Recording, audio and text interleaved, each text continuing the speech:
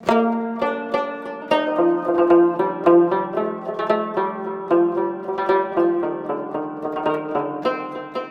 ہم بات کر رہے ہیں مینگورا شہر کے بائیپاس واکنگ ٹریک پر قائم ہونے والی ایک اسٹریٹ لائبریری کی، جس کا انجام بہت افسوسناک رہا۔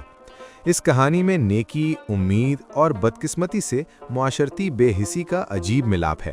یہ کہانی واقعی دل دکھانے والی ہے۔ آپ بتا رہے ہیں کہ اس اسٹریٹ لائبریری کے بانی کون تھے؟ یہ نیک مقصد کے لیے قدم اٹھانے والے فیاض خان صاحب ہیں، جو آسٹریلیا میں ملازمت کرتے ہیں، لیکن اپنے وطن سوات سے محبت میں یہاں کئی علاقوں میں آلماری لائبریریاں قائم کر چکے ہیں۔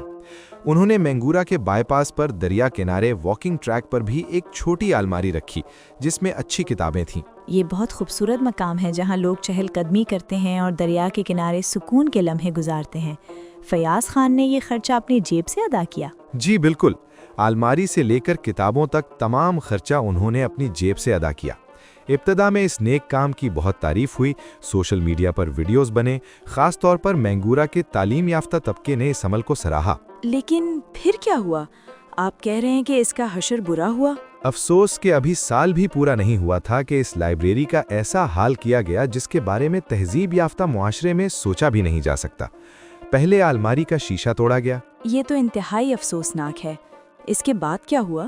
پھر اس میں مقدس کتابوں کے بوسیدہ اوراق رکھ دیے گئے، حالانکہ ایسے اوراق کے لیے الگ ادارہ موجود ہے جو زکوٰۃ اور صدقات وصول کرتا ہے، اور فیاض خان کی خریدی گئیں یا مقامی تعلیم یافتہ لوگوں کی عطیہ کردہ کتابیں کوئی اٹھا کر لے گیا اور واپس نہیں کیا۔ یہ بات بہت اہم ہے کہ کتاب بین الاقوام کو سنوارتی ہے، لیکن مینگورا میں کتابوں کے لیے جگہ کا مسئلہ کیا ہے؟ آپ نے بالکل درست بات کہی۔